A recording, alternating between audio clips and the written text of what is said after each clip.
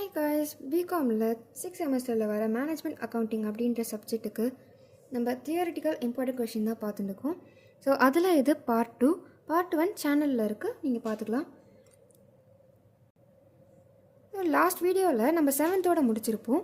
இப்போது 8th question என்ன அப்படின்னா, நம்ம 5th கொஷினில் பார்த்து டிமெரிட்ஸ் தான் இதில் லிமிடேஷன்ஸாக கொடுத்துருக்காங்க.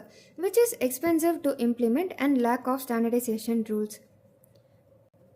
So next what are the principal components of financial statements. இதில் 2 இருக்குது. ஒன்று இன்கம் ஸ்டேட்மெண்ட், இன்னொன்று பேலன்ஸ் ஷீட்.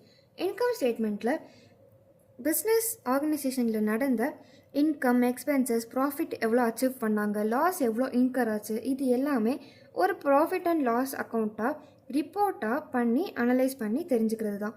இன்னொன்று பேலன்ஸ் ஷீட். பேலன்ஸ் ஷீட்டில் அசட்ஸ், லயபிலிட்டிஸ் அண்ட் கேபிட்டல் எல்லாமே ரிப்போர்ட்டாக பண்ணி ஃபினான்ஷியல் பொசிஷன் எந்த அளவுக்கு இருக்கும் மற்ற பிஸ்னஸ் கம்பேர் பண்ணும்போது அப்படின்னு தெரிஞ்சுக்கிறது தான் இந்த பேலன்ஸ் ஷீட் ஹெல்ப் பண்ணும்.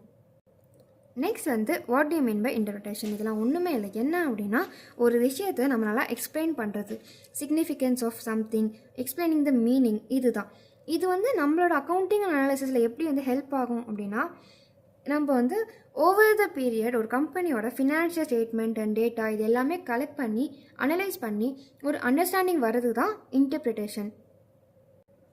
Next what do you mean by comparative financial statement. இது என்ன அப்படின்னா, 2 or more அக்கௌண்டிங் பீரியடோட ஃபினான்ஷியல் இன்ஃபர்மேஷனை சைட் பை சைட் வச்சு கம்பேர் பண்ணுறது.